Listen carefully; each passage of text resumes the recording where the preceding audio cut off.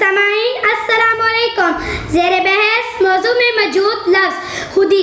खुदी से मुराद अपने ज़ोरे बाजू पर यकीन रखना है और गरीबी से मुराद तन्हाई काट कर फर्क इख्तियार करना है। क्या अली वक़ार हम तो वो थे जो शेबे अबी तालिब में सूखे पत्ते तो खा लेते थे मगर कुफ्र के आगे झुककर अपनी खुदी का सौदा नहीं करते थे। हम तो वो थे जो सहरा की तपती रेत पर कोरे तो खा लेते थे मगर अहद का विर्द नहीं तोड़ते थे और अपनी खुदी पर कायम रहते थे। कि हम तो वो थे जो फिरऔन के साथ नील की पहनाइयों में तो उतर जाते थे मगर लफ्ज़े हक दरियाए हुद नहीं करते थे।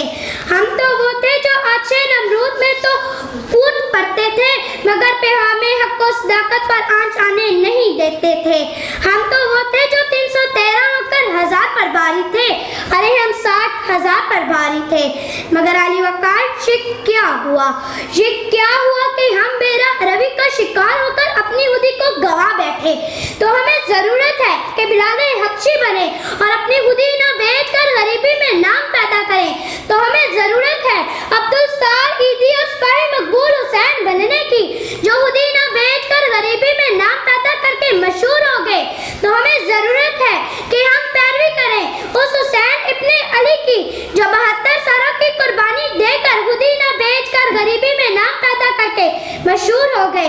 कि एक रोज का अशूर सदियों पर छा जाता है मगर अली वक़ार हमारी आंख में देखिए और इत्मीनाने कल्ब रखिए कि हम आपकी आने वाली नस्ल हैं। हमारे सीनों में देखिए और इत्मीनाने कल्ब रखिए कि हम जमीन की गहराइयों से लेकर आसमान की बुलंदियों तक फैले खुदी के इनको समेट लेंगे और पाकिस्तान को तरक्की याफ्ता मुल्क बनाएंगे।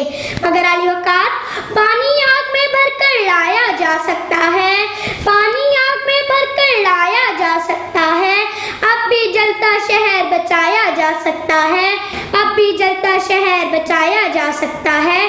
और याद कर लें असलाफ के दर्स अब भी बुझते दियों को फिर से जलाया जा सकता है, बुझते दियों को फिर से जलाया जा सकता है।